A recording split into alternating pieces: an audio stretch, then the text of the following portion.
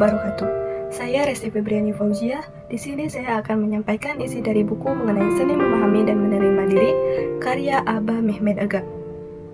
Mengapa perlu memahami diri sendiri? Alasan yang pertama yaitu mampu menentukan jalan hidup, karena setiap orang memiliki keunikan dan keistimewaan masing-masing. Jadi jangan takut berbeda dengan orang lain.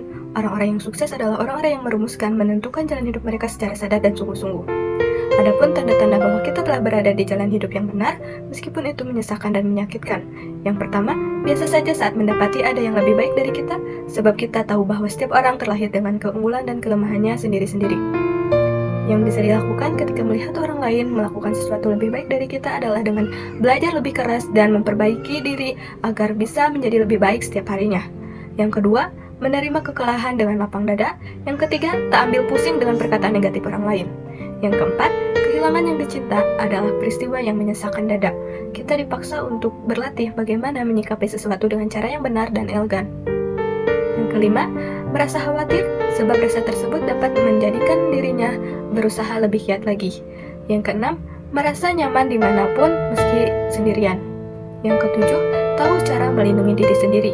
Yang kedelapan, menerima perubahan orang lain.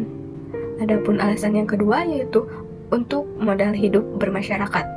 Karena hidup bermasyarakat menyangkut banyak kepentingan, interaksi, dan persinggungan dengan orang lain yang berbeda-beda karakter, kecenderungan, afiliasi, dan tujuan hidupnya. Jadi dengan memahami diri sendiri secara baik, kita akan mendapati bahwa kita ini betul-betul makhluk sosial, yang berarti kita tidak akan pernah bisa hidup sendiri. Kita membutuhkan orang lain, begitupun sebaliknya. Yang ketiga, menemukan potensi diri. Pemahaman atas diri sendiri akan membantu kita menemukan kelebihan dan kelemahan diri. Tetapi jangan habis-habisan memikirkan kelemahan diri. Yang terbaik adalah fokus terhadap kelebihan diri, karena itulah sesungguhnya potensi dan kekuatan kita yang selama ini terpendam. Penemuan atas potensi diri sebenarnya adalah sebuah permulaan yang menjanjikan, sebab kita bisa lebih mantap dalam menentukan rencana dan langkah-langkah yang selanjutnya. Potensi yang kita miliki dapat dikembangkan.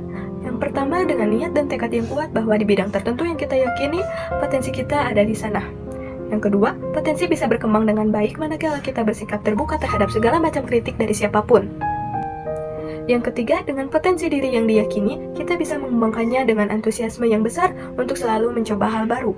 Keempat, untuk percepatan pengembangan potensi diri, kita harus pandai memilih pergaulan dengan orang-orang yang benar dan tepat. Alasan yang keempat yaitu menemukan solusi yang tepat.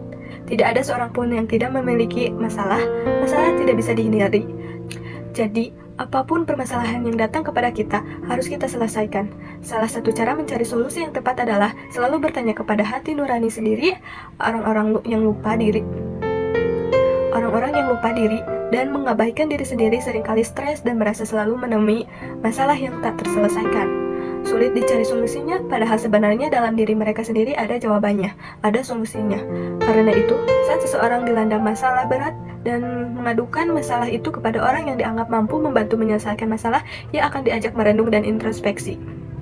Yang kelima, mencintai diri apa adanya. Dengan pemahaman diri yang baik, kita akan mampu menanggapi dan menyikapi hidup ini dengan lebih matang dan dewasa, sehingga kita akan mampu mencintai diri sendiri apa adanya. Setiap orang memiliki kelemahan dan kelebihan.